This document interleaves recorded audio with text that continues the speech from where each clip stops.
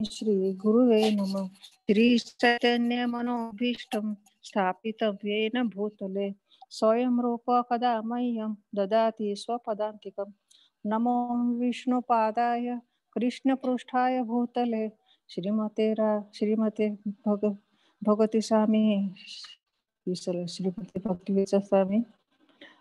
नमस्ते सरस्वती देवे गौरवाणी प्रसादिने निर्विशेषशून्यवादी पाश्चात्यदेशतारिणे वन्देऽहं श्रीगुरो श्रीयुतपदकमलं श्रीगुरून् वैष्णवांश श्रीरूपं साग्रजातं सहगण रघुनाथान्वितं तं सजीवं स्वाद्वैतं सावधूतं परिजनसहितं कृष्णचैतन्यदेवं श्रीराधाकृष्णपादान् सहगण ललिता श्रीविशाखाविन्ताश्च। हे कृष्ण करुणा सिंधो दीनबंधो जगत्पते गोपेश गोपिका कांत राधाकांत नमस्तुते। तप्त कांचन गौरांगी राधे वृंदावनेश्वरी वृषभानुसुते देवी प्रणमामि हरिप्रिये। वाञ्छाकल्पतरुभ्यश्च कृपासिन्धुभ्यश्च पतितानां पावनेभ्यो वैष्णवेभ्यो नमो नमो। श्री कृष्ण चैतन्य प्रभु नित्यानंद श्री अद्वैत गदाधर श्रीवासादि गौर भक्तवृंद। हरे कृष्ण कृष्ण कृष्ण हरे हरे हरे राम राम राम हरे हरे। हरे कृष्ण। आजचा माझा विषय आहे पुतना मोक्ष। पुतना मोक्ष म्हणजे आपल्या सगळ्यांचं मी स्वागत करीत आहे। पुतना मोक्ष तुम्हाला साधारणपणे सगळ्याला थोडी माहितीच असेल, पण आज त्या पुतनासाठी आपण थोडस विस्तृतपणे जाणून घेऊ। पुतना एक मायावी राक्षसीण होती, जे लहान मुला बालकांना त्रास देत असते, त्रास देण्यात निपुण असतात। त्यांना लहान शिशूची हत्या करण्यात रस असतो, तसे लहान बाळांचे रक्त पिपासू पण असतात। त्यांच्या इंद्रियाला छळ करण्यात, झोपेत भयभीत करणे, त्यामुळे बालकांचा स्मृतीभ्रंश होतो। मायावी रूपाने त्या कुठेही भ्रमण करू शकते। अशी पुतना नाव त्या राक्षसणीला चिटकीळ व खेचरी नावाने पण ओळखले जाते। ते राक्षसण कंस महाराजांच्या आदेशावरून गोकुळात जात आहे। कंस गोकुळात कशासाठी पाठवित आहे, तर कंस राजाला देवकीचा पुत्र 8व्या पुत्रापासून त्यांचा मृत्यू होणार हे त्यांनी आकाशवाणी ऐकलेली असते, तेव्हा म्हणून त्यांना भय असतं। पण त्याच्या 8वी पुत्री होते वसुदेवांना, तेव्हा मग त्या 8वी पुत्रीला हत्या करायला जात असताना त्यांच्या हातातून निसटते आणि ती आकाशात वाणी करते, दुर्गेचे रूप घेऊन, की तुझ्या मारेकरीने जन्म घेतलेला आहे। तर हे जन्म ऐकून कंस एकदम भयभीत होतो आणि त्या कारणामुळे ते आपला असुर अनुयायाशी सल्ला मसलत करून विचार करतात की आपण आता काय करावं। तेव्हा त्या लोकांच्या सर्वानुमते ठरते की आपण आता पुतण्याला ते मथुरेच्या आजूबाजूच्या गावातल्या बाळांची हत्या करण्याचे आदेश द्यावे। त्याप्रमाणे त्या पुतणेला आदेश देते की तू ये आणि आजूबाजूच्या गावाच्या कुरणातून सगळ्या 9 शिशूंची हत्या कर। त्यांच्या आदेशाप्रमाणे पुतना जात आहे सगळीकडे आणि 9 शिशूंची हत्या करत असते। अशा रीतीने ते गोकुळात पण पोहोचते। आता गोकुळात पोहोचल्यानंतर गोकुळात पोहोचायचं म्हणजे ती अंतरिक्ष मार्गाने भ्रमण करून गोकुळात पोहोचते। आता गोकुळात पोहोचल्यानंतर ती एक लावण्यवती मायावी शक्तीने लावण्यवती सुंदरीचे रूप घेते आणि त्या सुंदरीचे रूप घेऊन त्या सगळीकडे पाहत नंदमालात शिरते। तिथे यशोदा माता, रोहिणी माता, गोपिया वगैरे सगळं तिथे उपस्थित असते आणि त्या बसलेल्या असतात। तेव्हा ती शिरते। तिच्या सौंदर्याने इतके त्या लोक स्तिमित होते की त्यांना काही सुचत नाही आणि तिला प्रतिकार पण करत नाही। ती आत शिरल्यानंतर आपलं जणू काय तिच्या रूपाकडे आपला कटाक्ष टाकून आजूबाजूला पाहत आत शिरते आणि ते जणू काय ती स्वतःच्या दुसऱ्यांचे लक्ष आपल्याकडे वेधून घेते, ह्याची एक किमया आहे तिची. आणि त्याप्रमाणे आत शिरल्यानंतर जर हातात कमळ आहे तिच्या, ते त्यात योग मायाच. हरी बोल, हरी बोल, ऐकायला येतं ना? हरी बोल. हो माताजी, येतंय माताजी. येतंय हा, येतंय माताजी. येते ना? हरी बोल. हा हरी बोल. हा, बोला. मी 1 मिनिट हा म्यूट ऑल करते आणि मग परत हा, तुम्ही चालू करू शकता. हा, तुमचं म्यूट पहिल्यापासून झालं तर. हा, एकच पहिल्यापासून का? मिनिट. नाही नाही, हा, पहिल्यापासून. बरं एकच बरं. मिनिट. हा, नाही ते काय म्हणतो. हा माताजी, परत अनम्यूट करा तुम्हाला आणि सुरू करा.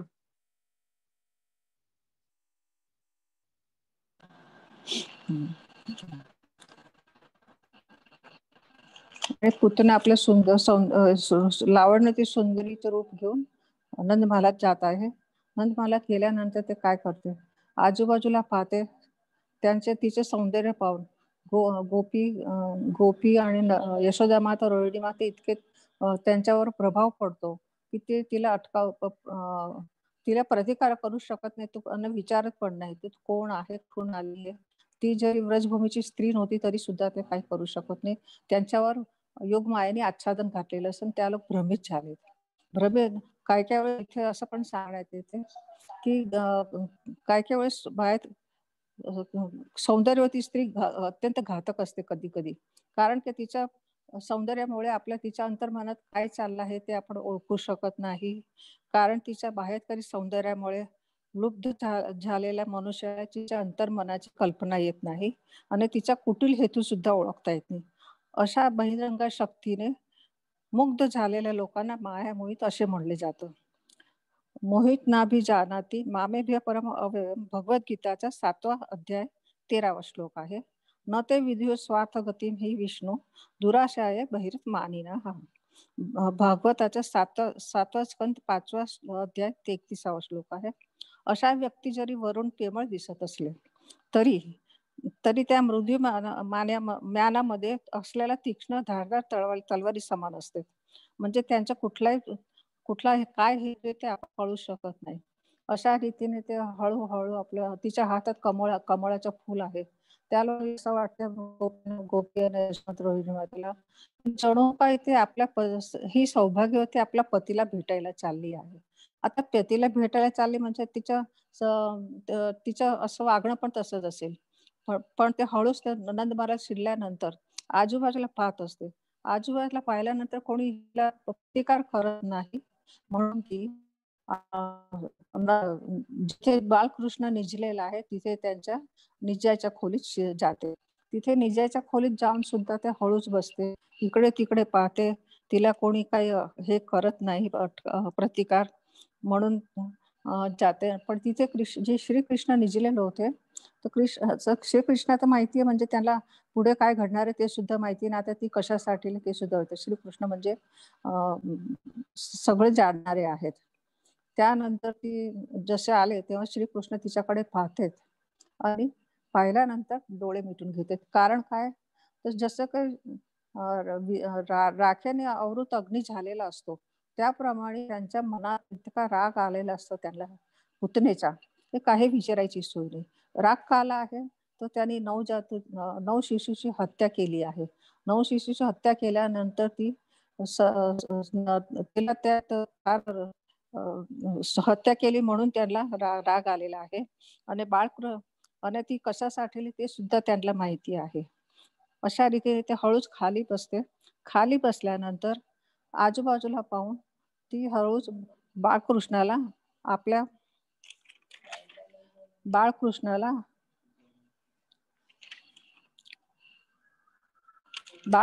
जसे अनिद्रित अज्ञानी मनुष्य अनिद्रित असताना जसं सर्पाला दोर मारून उचलून घेतो त्याप्रमाणे तिने हळूच बाळकृष्णाला उचललं आणि आपल्या मांडीत घेतलं. पण तिला असं समजत नाही की आपण साक्षात आपल्या काळालाच घेतले आहे. आणि तिला भगवंताला माहिती की मला दुग्धपान करवण्यासाठी आली आहे. पण ते काही बघत नाही, हळूच डोळे मिटून घेते. आता त्यांच्या डोळे उघडच्या क्रिया जी झाली आहे त्यांनी अनेक आचार्यांचं म्हणणं असं आहे की काय म्हणणं आहे की ते त्या गतजन्मीचे पुण्य संचित कर्म आहे का. दुसरे म्हणते इतरांचे म्हणणे आहे की परित्राणाय साधूना विनाशाच्या दुष्कृताम. भगवान श्रीकृष्णाने असुरांचा नाश आणि धर्माची स्थापना करण्यासाठी अवतार घेतला होता आणि असुरांमध्ये पहिली स्त्री होती. पहिले आता वेदांच्या म्हणण्यानुसार बालहत्या, स्त्री हत्या, गोहत्या आणि ब्रह्महत्या हे निषिद्ध मानलेले आहे. पण आता करणार काय, तर त्यांना त्या भगवंताने त्या धर्माची स्थापना करायची, त्या असुरांचा नाश करायचं होतं, म्हणून त्यांना हे करणं प्राप्त होतं. आणि ते पहिली स्त्री आली तरी पण त्याला ते करणं क्रमच होतं. आता श्रीकृष्ण आता वेदांच्या म्हणण्यानुसार 7 प्रकारच्या माता आहेत. जन्मदात्री, गुरु, राजपत्नी, ब्राह्मणी, गाय, धात्री आणि धरणी असे 7 प्रकारचे माता आहेत. आता पुतनाच्या यात धात्री माता म्हणून धात्री माता म्हणून म्हणले गेले आहे. कारण की ते धात्री म्हणजे दाईमा असा म्हणून तिचा आहे. आता पुतना श्रीकृष्ण हळूच आपल्या मांडीवर घेतले, जणू काय आपला मारेकरी घेतला आहे. तिला हे समजत नाही, तिच्या बुद्धीच्या आकलनाच्या पलीकडे आहे. ते त्याला बुद्धीच नाही की आपण आपल्या स्वतःच्या मारेकरीला घेतला आहे. आणि हळूच बाळाला उचलून घेतले आणि तिला साक्षात काळालाच आपल्या मांडीत घेतला. हे समजायचे तिला समजत नाही.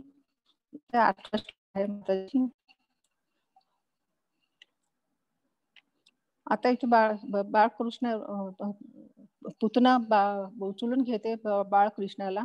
त्यानंतर तिने आपला दुग्धपान करावे म्हणून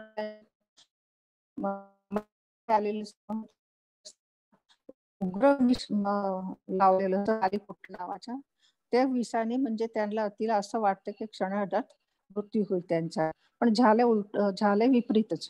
कारण की जसं त्यांना बाळकृष्णाला मुखात देते, तर बाळकृष्ण इतके आवेगाने त्याच्या ओढत असल्यामुळे तिला ते सहन होत नाही आणि सर्वांगाला तिच्या पीडा होते. आता पीडा झाल्यानंतर ती इतकी ओरडते, तिला सहन ओरडते की तिच्या ओरडण्याने दाही आकाश, पृथ्वी, रसातल, दाही दिशा दाही दिशा कंपायमान झाले आणि दुमदुमून गेल्या तिच्या आवाजाने. पण ती इतकं म्हणजे तिच्या आवाजाने सुद्धा हे आवाज असा ऐकला नसल्यामुळे व्रजभूमीतले लोक सुद्धा कोसळू लागले जमिनीवर. ती जरी ते पुतना म्हणते की मला सोड मुला, तरी पण त्या सोडत नाही. कारण की त्यांचा इतका राग असतो की तिला कठोर शिक्षा करावायची असते. त्याप्रमाणे पुतनाचे प्राण ती अशा रीतीने आवेगाने ओढून खेचून घेतात. तिच्या भयभीत झाले. जेव्हा ती खाली कोसळली तेव्हा तिच्या कोसळण्याच्या आवाजाने आकाश, पृथ्वी, दाही दिशा दुमदुमल्या. रजवसे जमिनीवर कोसळू लागले. तिच्या प्राण गेल्यावर तिची मायावी शक्ती नष्ट झाल्यामुळे ती तिच्या मूळ रूपात जमिनीवर कोसळते. तिचे जेव्हा कोसळते तेव्हा असा भास होतो की विष्णूने वृत्रासुराला वज्रपात करून खाली कोसळते तसा भास होतोय. इतका जोरात आवाज येतोय. ती जशी कोसळली तेव्हा तिच्या मूळ रूपात आल्यानंतर तिचा देह 12 मैल पर्यंत विस्तार पावल्यानंतर ती इतकं विद्रूप आणि अकाळ विकाळ दिसत होती की तिचे असे रूप पाहून लोक भयभीत झाले. आजूबाजूचे वृक्ष ती 12 मैल विस्तार पावले. ते 12 मैल विस्तार मध्ये जितके आजूबाजूचे वृक्ष होते ते सगळे उन्मळून पडले असे झाले. आता इथे श्रीकृष्ण पुतनेच्या अंगावर खेळत आणि इथे सगळं शांत झाल्यावर पाहिलं तर श्रीकृष्ण तर पुतनेच्या अंगावर सहजपणे खेळत होते. हे एक सांगण्याजोग आहे की बाळकृष्णाला कुठली जिजा झाली नव्हती. त्यांना काही झालंच नाही असं पण काही झालं नाही असंच होतं ते. आणि पुतना कंसाच्या मारण्यासाठी आली ती पण तिची शक्यते. यावरून आपल्याला समजते की भगवंत म्हणजे भगवंताची बरोबरी कोणी करू शकत नाही. जिथे साक्षात भगवंत आहे तिथे कृष्ण काहीच तेथे कोणी काहीच अघटित कार्य करू शकत नाही. दुष्ट शक्ती त्वरित लोप पावते. पुतना जरी आपला आता पुतना मायावी राक्षस होती, म्हणजे ती काय कुठलंही रूप कुठेही घेऊ शकत होती. पण आता ह्या रूपाद्वारे म्हणजे ती मायावी शक्ती आपलं करत होते, तरी पण बाळकृष्ण कोणत्याही रूपात सामर्थ्यशाली असतात. हे त्यांचे अचिंत्य सामर्थ्य दिसून येते. परास्य शक्ती विविध सुरू येते. भगवंत कोणत्याही परिस्थितीत आपलं सामर्थ्यशाली प्रदर्शन करू शकतात. बाळकृष्णाला बाळकृष्णाला गोपीने बाळकृष्णाच्या पुतण्याच्या अंगावरून सहजरित्या खेळताना पाहून त्वरित उचलून घेतलं आणि त्याने गोपी यशोदा मातेकडे दिले. आता यशोदा माते झालेलं असेल, मग त्यांना आपल्या पुष्कळ वर्षांनी मूल झालेलं असतं, म्हणून त्यांना इतकी काळजी असते की बाळकृष्ण कुठे, बाळकृष्ण म्हणजे त्याला सतत आपले जपत असते. आता सतत जपल्यानंतर ते बाळकृष्ण जेव्हा गोपी त्यांच्या देते, तेव्हा त्या लगेच आपल्या स्वतःकडे घेते त्याने तणुपय वाचवण्यासाठी. जसं काही व्रजवासी स्त्रिया म्हणजे अशा देवाचे उपचार करण्यात म्हणजे त्या मानत असं आणि विष्णूला फार भगवंताला फार मानत असे.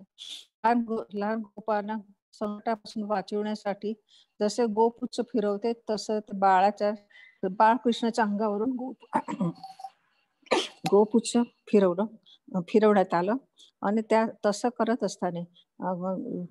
असताना म्हणजे त्यांची मान्यता अशी आहे की आपल्या बाळावरनं अरिष्ट टळलं आहे आणि आता आपलं बाळ सुरक्षित आहे. गोरक्षणामुळे आणि या गोरक्षणामुळे मानवी समाजाची अनेक सुविधा प्राप्त होतात. पण आधुनिक त्या सगळ्या सोपस्कार नष्ट झाले आहेत आणि ते आता आपण या कलियुगात करू पण शकत नाही. म्हणून श्रीकृष्णाने भगवद्गीतेत म्हटलं आहे की कृषी गोरक्षे वाणिज्यम वैश्य कर्म स्वभावजम. गोरक्षणाचे महत्व सांगितलं आहे. आज ही वृंदावनात आणि आजूबाजूच्या परिसरामध्ये गावकरी केवळ गोरक्षणाद्वारे जीवन जगत आहे. ते गोमे साठवून त्या वाळवून त्याचे इंधन म्हणून उपयोग करतात. ते गोरक्षण करीत असल्यामुळे आपल्या आर्थिक समस्या सोडवू शकतात. त्यांच्याकडे विपुल प्रमाणात दूध आणि दुग्धजन्य पदार्थ उपलब्ध असतात. गायीच्या रक्षणामुळे समाधानी जीवन जगत असतात. गोमय आणि गोमूत्र हे सुद्धा एक औषधी द्रव्येच आहे.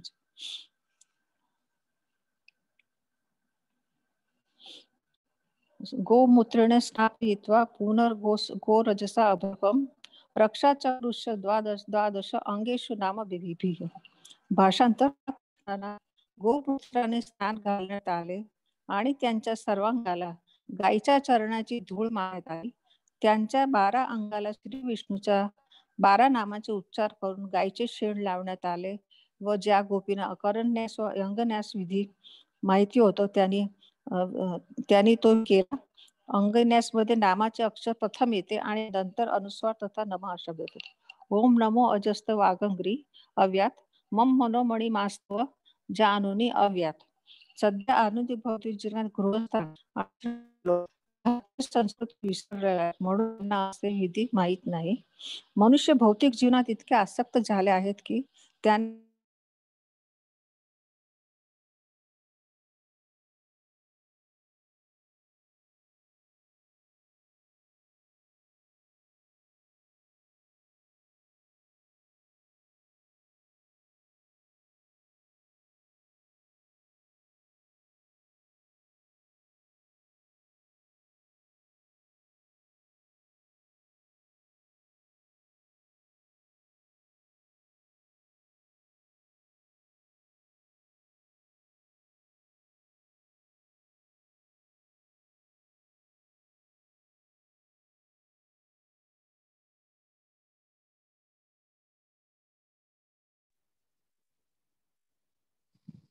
हरी बोल. आवाज नाही येते ना.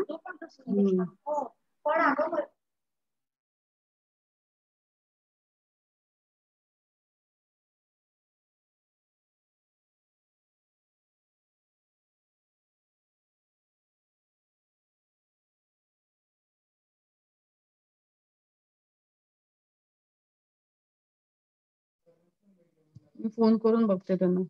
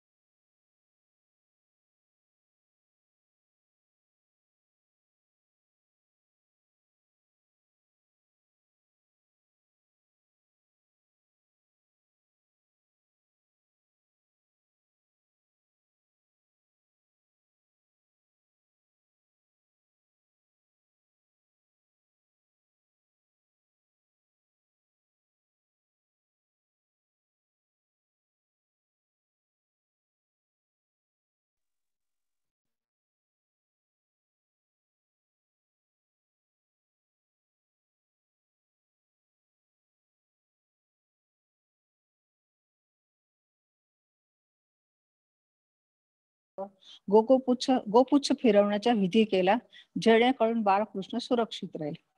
आता बाळकृष्णाला लहान गोपीने कधी संकटापासून वाचवण्यासाठी असे गोपुच्छ फिरवण्याचा विधी करत असे. रुजवासी स्त्रिया गृहकृत्यात दक्ष असल्या तरी आपल्या बाळासाठी गोपुच्छ फिरवण्याचा विधी नेहमी करत असे आणि ह्यात त्यांना ह्या सगळ्या विधी त्यांना माहीत पण असतात. गोरक्षणामुळे मानवी समाजास अनेक सुविधा प्राप्त होतात, पण आधुनिक युगात ह्या सगळ्या सोपस्कार नष्ट झाला आहे. म्हणून श्रीकृष्णाने भगवद्गीतेत म्हटले आहे की कृषी गोरक्ष वाणिज्यम वैश्य कर्म स्वभावजन.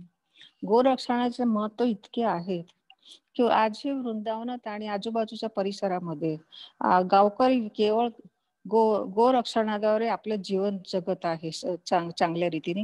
ते उपयोग करतात. गोरक्षण करीत असल्यामुळे आपल्या आर्थिक समस्या पण सोडवितात. त्यांच्याकडे विपुल प्रमाणात दूध व दुग्धजन्य पदार्थ पण असतात.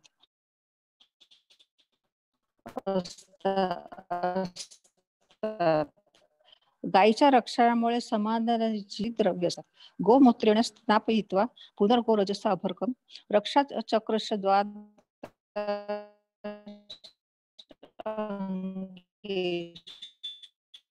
नाम. भाषांतर. बाळकृष्णांना गोमूत्राने धूळ मागण्यात आली. त्यांच्या 12 अंगांना व ज्या गोपींना अंगन्यास विधी करून बाळकृष्णाचे भविष्याच्या संरक्षणासाठी विधी केला. ज्यांनी अंगन्यास मध्ये नामाचे केला, ज्यांना हा विधी अंगन्यास विधी येतो ते या गोपी करतात. अंगन्यास मध्ये नामाचे अक्षर प्रथम येते आणि नंतर अनुस्वर तथा नम हा शब्द येतो. ओम नमो अजस्त वागंग्री अव्यात मे मनो मणी मास्तव जाननी अव्यात. सध्या आधुनिक भौतिक जगात गृहस्थाश्रमीय लोक भारतीय संस्कृती विसरलेले आहेत, म्हणून त्यांना असे विधी माहीत नाही. मनुष्य भौतिक जीवनात इतके आसक्त झाले आहेत की त्यांना आपल्या जीवनाचे ध्येय माहिती नाही. दुनिया फार पुढे चालली आहे.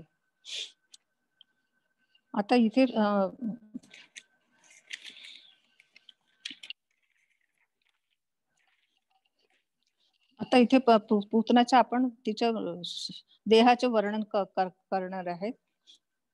पुतना जेव्हा कोसळले तेव्हा तिचे हे इतकं प्रचंड ध्येय पाहून लोक पाहायला लागले आणि ती कशी दिसत होते त्याचे वर्णन केलेलं आहे. तिचे दात नांगराचे फाळासारखे तीक्ष्ण दिसत होते. तिचे केस ताम्रवर्णी होते आणि विखुरलेले होते. इंद्रीच्या वज्राघाताने जणू काही वृत्रासुर राक्षस कोसळला त्याप्रमाणे पुतळा कोसळली होती. असे प्रचंड शरीर पाहून प्रत्येक जण आश्चर्याने थक्क झाले. नाकाची छिद्रे पर्वताच्या गुहासारखी दिसत होती. तिचे स्तन टेकडीच्या शिखरासारखे दिसत होते. तिच्या नेत्राच्या खाचा अंधकुपासारख्या दिसत होत्या. दोन्ही मांड्या दोन्ही तीरांसारख्या दिसत होत्या. तिचे दोन्ही हात दोन मजबूत सेतू सारखे दिसत होत्या. पोट शुष्क डोहासारखे दिसत होते.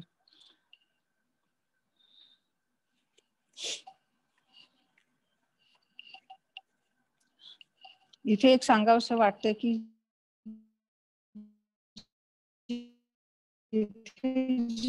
जिथे भगवंतातल्याही प्रकारच्या दुष्ट शक्ती राहत नाही, तिथे त्या दुष्ट शक्तीचा लगेच लोप होतो.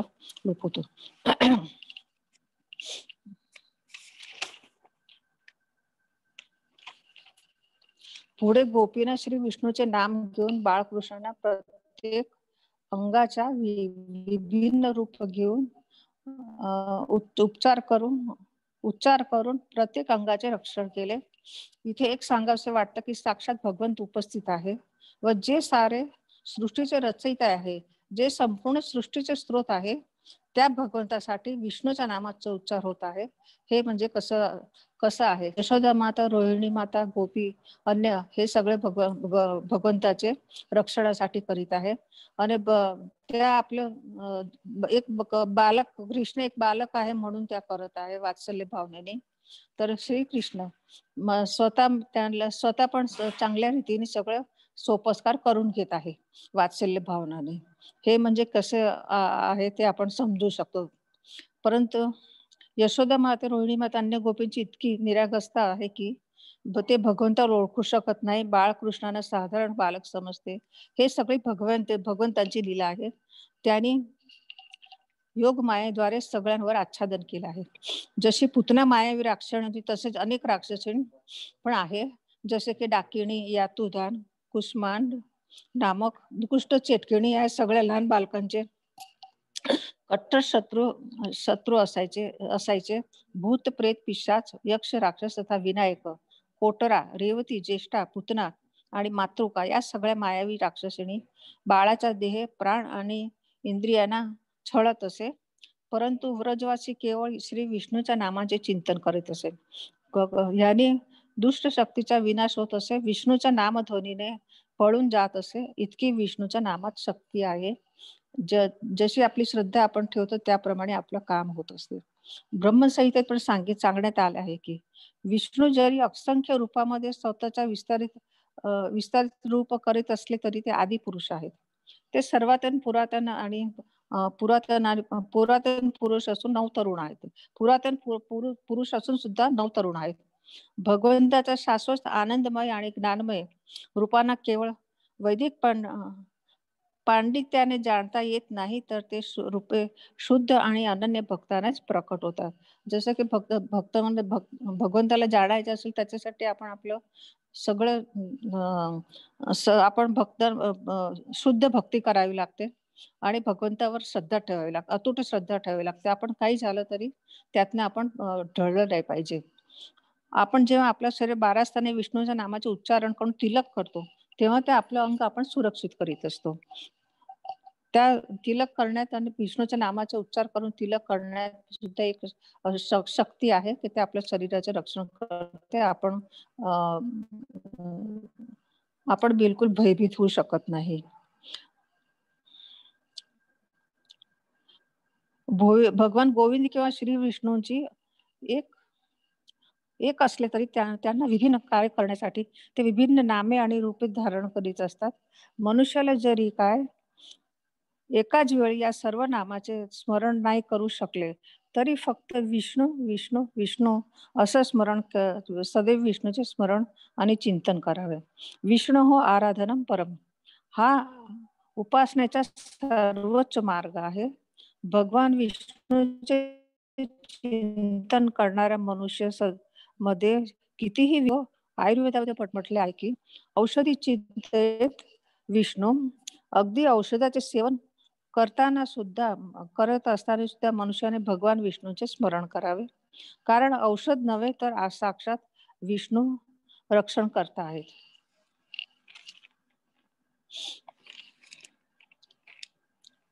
भौतिक जग संकटाने भरलेलं आहे.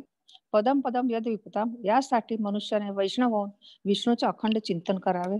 चिंतन फक्त हरे कृष्ण महामंत्राने सहज साध्य करतात. कीर्तनही सदा हरी परम विजयते श्री कृष्ण संकीर्तन आणि कीर्तनादेव कृष्णस्य मुक्त्य संगम परम व्रजेत.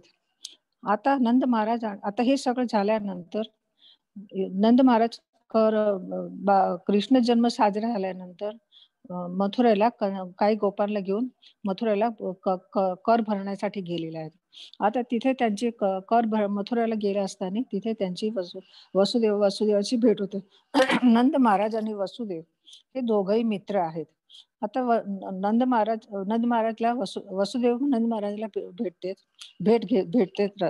तेव्हा विचारपूस करते कृष्ण उत्सव कसा साजरा झाला आणि बाळ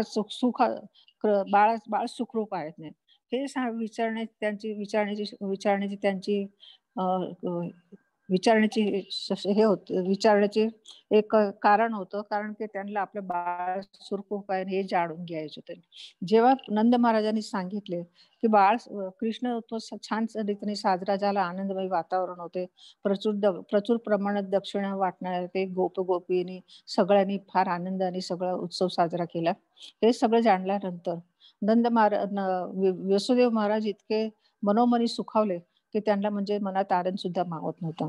आता इकडे नंद महाराज कर भरायला गेले आणि त्या परत वसुदेवांना भेटले. तेव्हा संध्याकाळ झाली होती. तेव्हा वसुदेव म्हणते नंद महाराजांना की आपण आता उशीर झाले तर आपण त्वरित गोकुळात जावे. तिथे काहीतरी उत्पात माजला असेल अशी मला असेल असं वाटते मला. मग हे शब्द ऐकून नंद महाराज मनातल्या मनात एकदम काळजी करायला लागले, की जरी काही झालं असलं तरी आपलं बाळ सुखरूप आहे ना, हे त्यांना काळजी असते. कारण की पुष्कळ दिवसांनी बाळ झाल्यानंतर माणसाचं मन अधीर होऊन जातो. त्याच्यासाठी आपल्याला अ, अ, म्हणून त्याच अधीर अधीर त्यांचं मन एकदम अ, ज काळजी करतात. जेव्हा आपण काळजी मनात काही चिंता असेल, तेव्हा आपण धावा करतो. तसंच नंद महाराजांनी पण भगवंताचा धावा केला. मनोमनी. या रीतीने त्या नंद महाराज गोकुळात निघाले. गोकुळात जायला निघाल्यानंतर त्या गोकुळात पोहोचले, तर तिथे त्यांनी अ, ब ब पुतनाचं प्रचंड पाहिलं. ते प्रचंड पाहिल्यानंतर त्यांना वाटलं, की माझ्यावर कोणीतरी योगमायेने हे केलंय किमया केली. त्याच्यामुळे मी दुसऱ्या गावात आलो की काय? पण जेव्हा परत ते थोडं पुढे गेल्यानंतर तेव्हा त्यांना समजलं, की नाही आपण आपल्या गोकुळचा गेलो. मग त्यांना वाटलं हे असं का कोण आहे, की आपण आपलं आपण करू शकत नाही. आपण ओळखू शकत नाही. मग पुढे गेल्यानंतर त्यांना तिकडचे गोप वगैरे भेटते, बाकीचे आजूबाजूचे भेटते. तेव्हा सांगतात आणि जेव्हा घरी गेल्यानंतर त्यांना सगळ्या गोष्टी समजतात. तेव्हा त्यांचे मन इतकं अधीर होतंय, की ते मन अधीर झाल्यानंतर सुद्धा ते लगेच आपलं बाळ सुखरूप आहे ते हे पाहतात. बाळाला उचलून घेतात आणि त्याचं प्रेमाचा वर्षाव करतात त्याच्यावर. त्यानंतर ते बाळ सुखरूप आहे म्हणून त्यांच्या मनोमन आनंद होतो आणि त्या अ, म श द शांतपणाने बसतात. नंद महाराजांना जेव्हा मथुरेत होते तेव्हा वसुदेवांनी सांगितलं की उत्पात माजला असेल. ते भविष्यवाणी ऐकून त्यांना इथे आल्यानंतर जेव्हा त्यांना कळलं, तेव्हा त्यांनी आपल्याला लवकर जाण्यासाठी सांगितले. ते कशासाठी सांगितले तर त्याच्यासाठी ते वसुदेवांचे मनोमन आभार मानू लागले. तर कृषी समाजाचे राजा नंद महाराज इतकेच समजू शकले, की वसुदेव महान ऋषी झालेले असून त्यांना योगसिद्धी प्राप्त झाली आहे. अन्यथा त्या वसुदेव प्राप्त झाली होती म्हणून तर ते अन्यथा त्या वसुदेव श्रीकृष्णाचे वडील होऊ शकले नसते. कारण की भगवंताचे वडील होणं म्हणजे काही सोपं नाहीये. त्यांनी त्यांच्यासाठी त्यांना 3 जन्म घ्यावे लागले. आधीचे जन्म त्यांचे सुतपा आणि पुरुषनी होता, दोघं पती-पत्नी. तेव्हा त्यांनी अ, पुष्णिगर्भ नावाचा मुलगा पुत्र होतो. तेव्हा त्या दोन्ही दुसरा आदिती आणि कश्यप होते. कश्यप आणि आदितीला वामन पुत्र झाला उपेंद्र नावाचा. पण हे दोन्ही ह्यांच्या आदिती कश्यप आणि सुतपा आणि पुष्णी माता होती त्यांना भगवंताचा अंश प्राप्त झाला होता. भगवंतांनीच खुद जन्म घेतला नव्हता. तर देवकी आणि वासुदेवाच्या उदरी म्हणजे भगवंताचा जन्म साक्षात भगवंतच अवतरले होते. हे एक जाणण्यासारखी गोष्ट आहे. कंसाची राजकीय महत्वाकांक्षा इतकी होती आणि ते ओळखून त्यांनी व्रजभूमीमध्ये संकट कोसळू नये म्हणून त्यांनी भविष्य वर्तवले होते, की आपण लवकर जावं आणि आपल्या काळजी घेण्याचं म्हणून त्यांनी नंद महाराजांना काळजी घेण्यास सांगितली. म्हणजे त्यांना त्यांच्या योगसिद्धीने त्यांना भविष्य समजवत होते. अशा गोष्टी योग सामर्थ्याच्या बळावर या घटनेची भविष्यवाणी होती. तसेच हठ योगाच्या अभ्यासाने प्राप्त होण्याच्या योगसिद्धीच्या बळावर मनुष्य पाहू शकतो आणि जाणू पण शकतो.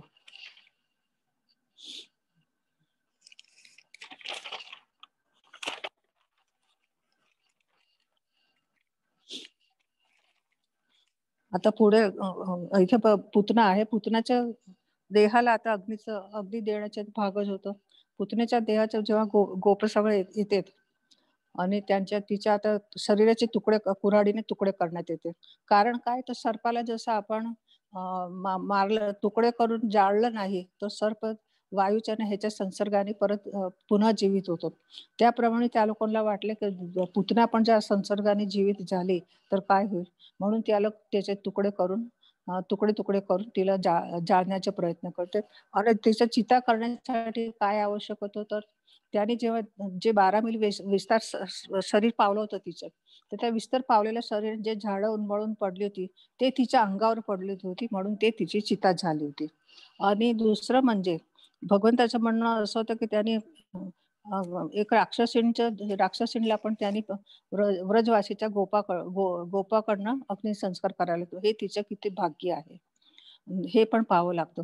आणि भगवंताला असं नाही, की पुतना कोण होती, कुठून आली, कुठे तिचा जन्म झाला, ह्यासाठी याबरोबर त्यांना काही त्यांचं मतलब नसतो. कारण की पुतना फक्त त्यांच्या वात्सल्य मातृवात्सल्याने आली होती आणि जसं श्रीकृष्णाला श्रीकृष्णाला उचलून आपल्या मांडीवर घेते, तेव्हा श्रीकृष्णाचं त्यांच्या पूर्ण शरीराला स्पर्श होतो. त्या स्पर्श झाल्यामुळे ते अति शुद्ध होते आणि पवित्र होते आणि त्या पवित्र आणि शुद्धीमुळे तिचा अग्नी दिल्यानंतर तिचा प्राण गेला तेव्हाच तेव्हा राक्षस योनीतून मुक्ती होते. म्हणजे हे किती भाग्यशाली आहे ह्याच्यावरनं बघावं आपण.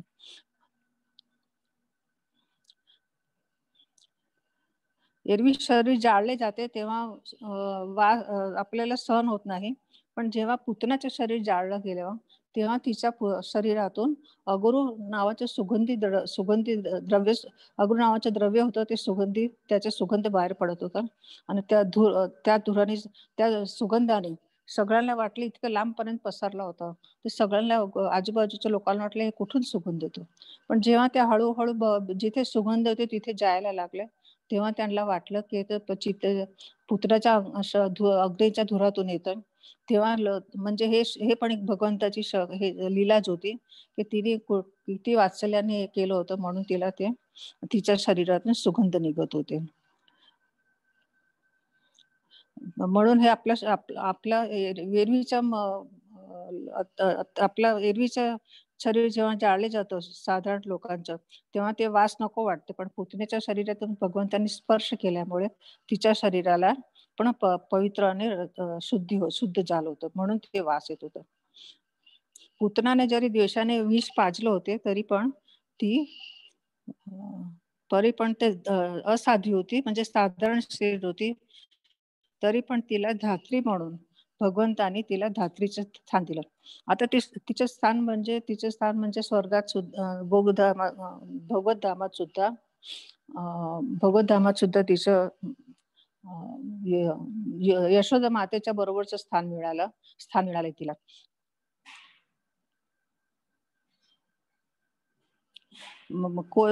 आपल्या या सृष्टीत जर पाहिलं तर भगवंतासारखा कोणी दयाळू नाही.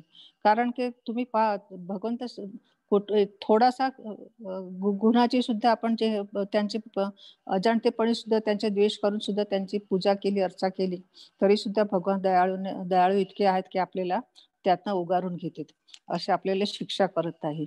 त्याच्यासाठी आपण भगवानावर अतुट श्रद्धा ठेवायला हवी. पुतना आपले मारायला आली, तिला आपण धात्री बनवता. ब्रह्माजीने पण विचारले की तुम्ही आता यशोदा माता, रोहिणी माता, गोपी या सगळ्यांचं स्थान काय आहे ते आपण बघू. ब्रह्माजीने भगवंताला विचारले की तुम्ही आता गोपियांसाठी काय देणार, गोपियांना काय देणार. तेव्हा ब्रह्माजी स्वतःच म्हणते तुमच्याकडे काहीच नाही देण्यासारखं म्हणे. तर का म्हणे, म्हणजे ब्रह्माजी असं का म्हणते, तर म्हणे भगवंत त्याने इतकं, म्हणजे त्याने भगवंत त्यांच्या ऋण चुकू शकत नाही. कारण काय, तर भगवंताने गोपीने त्याला यशोदा माता आणि रोहिणी मातेच्या मैत्रिणी होते, पण त्यांनी सुद्धा त्यांच्या कृष्णाचं मनोहर रूप पाहून त्यांना मातृवात्सल्याची भावना होते आणि त्यामध्ये त्यांना दुग्धपान करत, म्हणून ते सुद्धा भगवंत त्यांचे ऋणी आहे, त्यांच्या कुठल्या पद्धतीने ऋण फेडू शकत नाही. भगवान ज्याला जसे पाहिजे त्याप्रमाणे त्यांची इच्छा पुरी करत असते.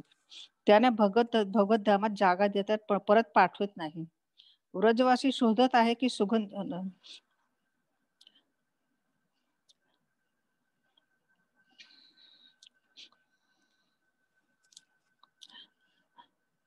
आपल्यात सुद्धा पुतना आहे.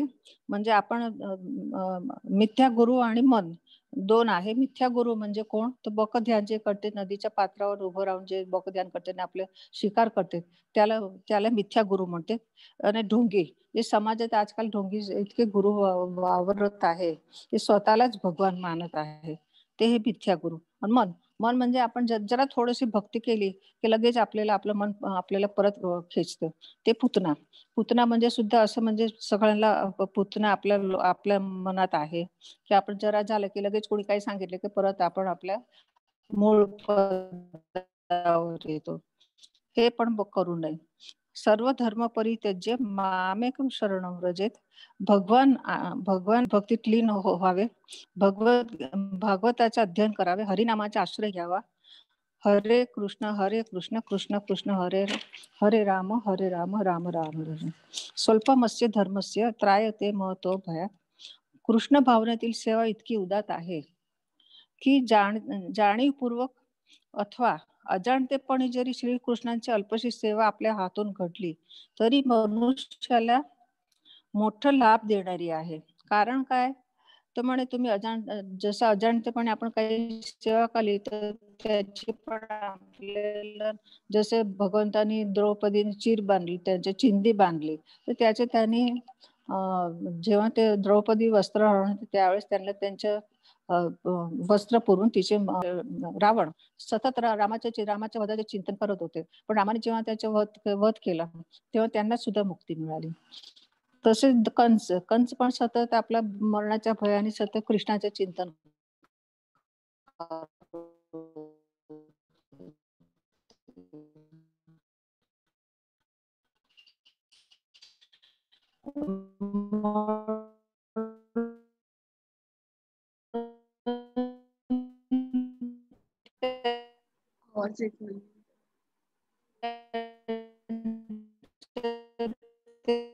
जरी द्वेषाने चिंतन करत होते पण कृष्ण कृष्ण नाव घेत होते म्हणून त्यांनी मिळाली.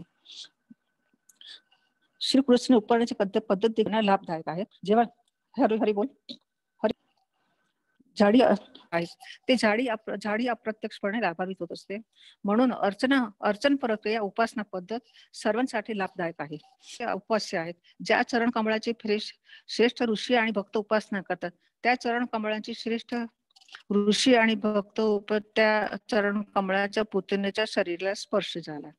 शत्रुत्व धरून पुतनाने त्यांना काही प्रयत्न केला तरी तिला इतका मोठा लाभ झाला. तर भगवान श्रीकृष्णांच्या प्रेमपूर्ण सेवेचा लाभ लाभाचे कोणी मोजमाप करावे यावरून स्पष्ट होते की आपण पण भगवंताची सेवा श्रद्धा ठेवून प्रेमपूर्वक करावी. इतकं काही सोपस्कार नाही करू शकणार, कारण की हा कलियुग आहे. तर आपण फक्त हरिनामाचा आश्रय घ्यावा आणि श्री चैतन्य प्रभूने आपल्याला महामंत्र दिला आहे तर आपण श्रद्धापूर्वक करावा. मंदिरात जसे जमेल तसे जावे, सेवा करावी व हरिनामाचे संकीर्तन करावे.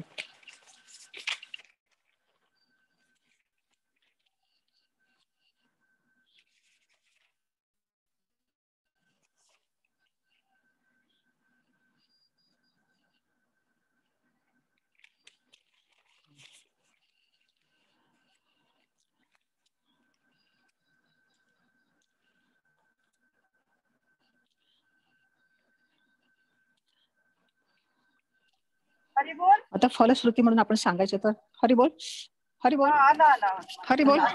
आला. हा, श्रद्धा काय मनाने बनवली. फलश्रुती म्हणजे काय आहे? तर हे सगळ्या गोष्टी जर आपण ऐकल्या, श्रवण केल्या तर आपल्याला त्याचा लाभ होतो. त्याचे आपल्याला अलग अलग आचार्य भगवत सनातन गोस्वामी पण आपल्या शरीरात आसक्तीच्या साठी नेहमी सांगत असते की आपण आसक्ती न ठेवता भगवंताचे स्मरण करावे. कृष्ण से कोई दूर करता नहीं है, दूर करती है पुतना ढोंगी होती. जसं आपण टीचर आहे ते त्यांना स्टुडंट शिवाय त्या टीचर बनू शकतच नाही, तसं आपण पण भगवंताचं नाव घेतल्याशिवाय आपण भगवत भक्त बनू शकत नाही. सर्व असं श्रद्धा हे सध्या जे फलश्रुती सगळी आहे, आपण आता जी गोष्ट ऐकली, ते हे बनेल परीकथा नाही, ते खरेखुरी घडलेली घटना आहे. ह्याच्यावरनं आपण समजायचं की भगवंताची भक्ती करावी आणि हरी नामाचा आश्रय घेऊन आपण आपलं जीवन व्यतीत करावं. ह्याच्या कलियुगात आपण आणि आता गृहस्थ जीवनात अर्थार्जन करण्यासाठी आपण आपल्याला जे काही आपलं जे रोजचं जे रुटीन आहे, त्यातनं पण आपण थोडा समय काढून हरिनामाचा आश्रय घ्यावा, 16 माळाचा जप करावा. हरे कृष्ण, कृष्ण कृष्ण हरे हरे, हरे राम राम राम.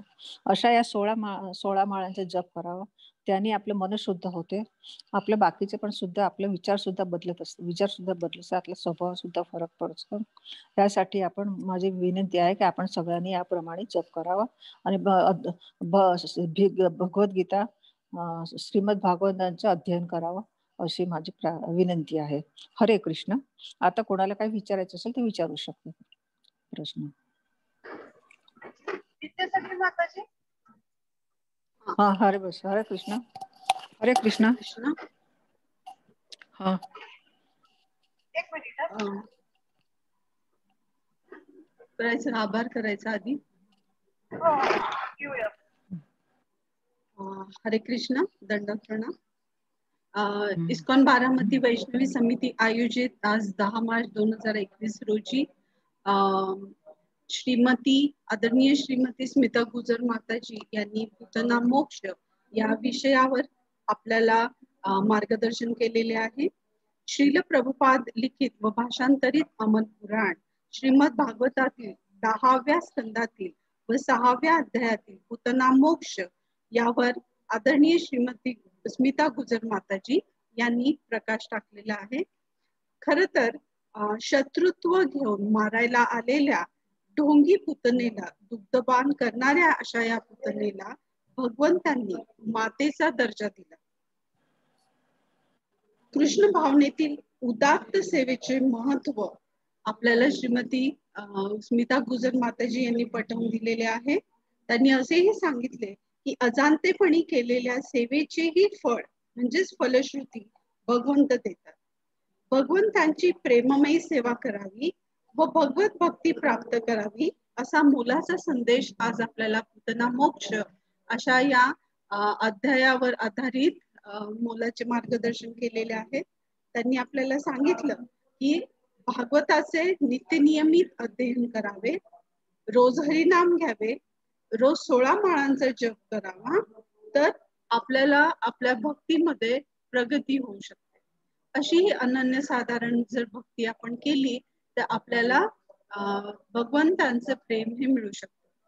तर अशा या स्मिता गुजर माताजी ही इतक्या ज्येष्ठ आणि श्रेष्ठ आहेत आणि इतक्या बिझी असतात त्या, पण तरी सुद्धा त्यांनी त्यांच्या व्यस्त शेड्यूल मधून आपल्यासाठी हा इतका अनमोल वेळ त्यांनी दिलेला आहे. माताजी ह्या 1-2 महिने तयारी करून इतकं सुंदर लोणी बाहेर काढून आपल्यासाठी त्या प्रदान करतात आणि त्यांची खूप श्रेष्ठ सेवा आहे आणि ती आपल्यासाठी त्या एक्सटेंड करतात. तर सर्व इस्कॉन बारामती वैष्णवींच्या वतीने आदरणीय स्मिता गुजर माताजी यांना शतशः प्रणाम. त्यांचे 3 वेळा हरिबोल म्हणून आपण त्यांचे आभार व्यक्त करूया.